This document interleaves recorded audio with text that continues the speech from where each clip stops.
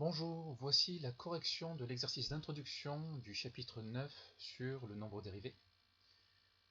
Donc on a un objet en mouvement, un objet mobile, avec une fonction f qui donne la distance parcourue en fonction du temps. Donc la distance est en mètres et le temps est en secondes, compris entre 0 et 5. Et donc on se pose la question de déterminer la vitesse instantanée de cet objet mobile au bout de 1 seconde. Donc la vitesse instantanée, on va la noter v indice i de 1.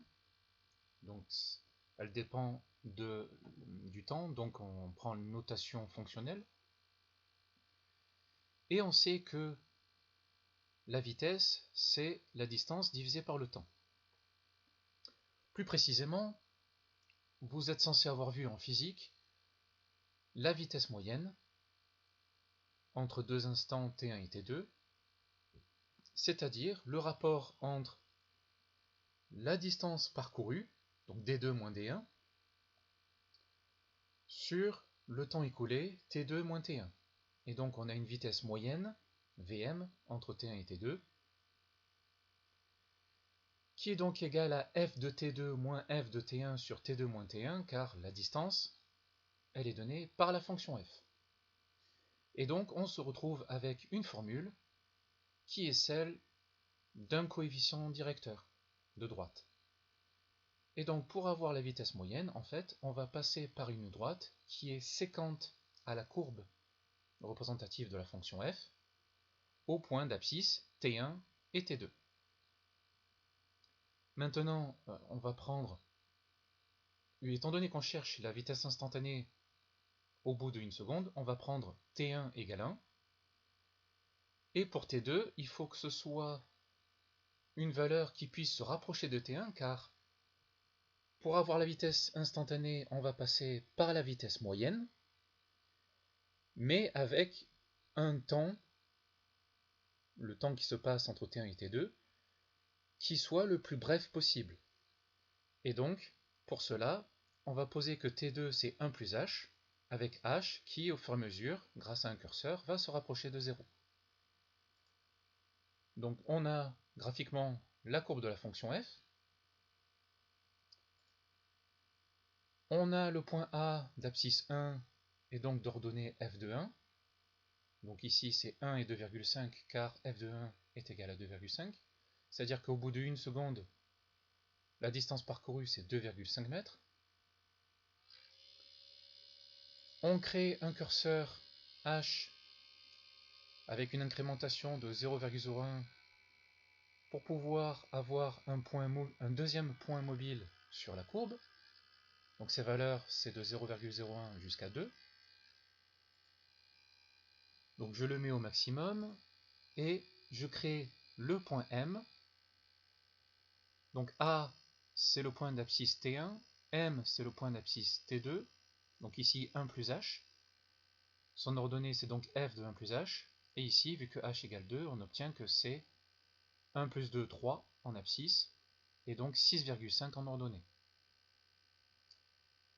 Et à partir de là, il ne me reste plus qu'à créer la droite AM, donc qui passe par A et M et qui est bien séquente à la courbe de la fonction f, séquente, c'est-à-dire qu'elle coupe la courbe, et je modifie l'équation de la droite de façon à ce qu'elle soit de la forme y égale à x plus b, et donc ici, j'ai le coefficient directeur qui apparaît.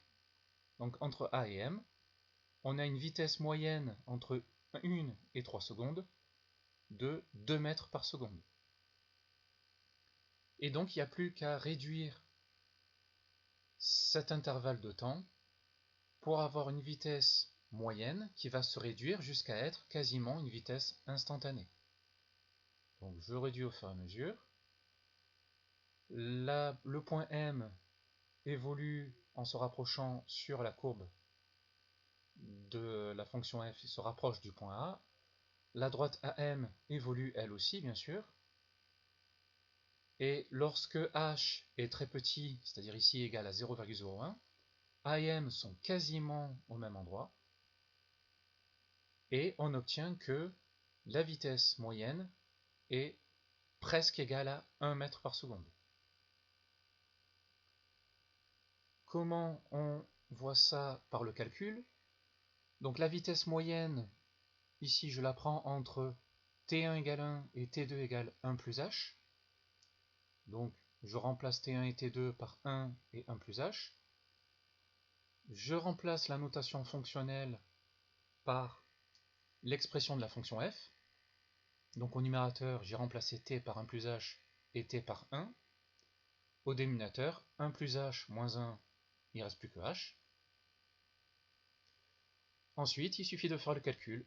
Je développe 1 plus h au carré, ça fait 1 plus 2h plus h carré. J'enlève les grandes parenthèses qui n'ont plus lieu d'être.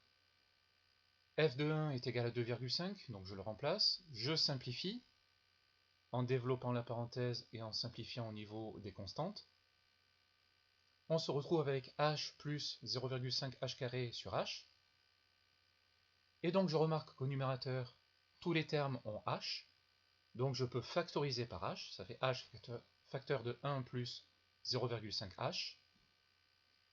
Et en simplifiant par h, j'obtiens que cette vitesse moyenne, quelle que soit la valeur de h, c'est 1 plus 0,5 h. Donc lorsque h se rapproche de 0, ce que j'ai fait en faisant bouger le curseur, on obtient que le terme en 0,5 h, eh bien, il est quasiment égal à 0, puisque 0,5 fois 0, ça fait 0. Et donc, il reste le 1, ce qui veut dire que la vitesse instantanée au bout de 1 seconde, elle est de 1 mètre par seconde. Donc voilà comment, par le calcul, on trouve cette vitesse instantanée.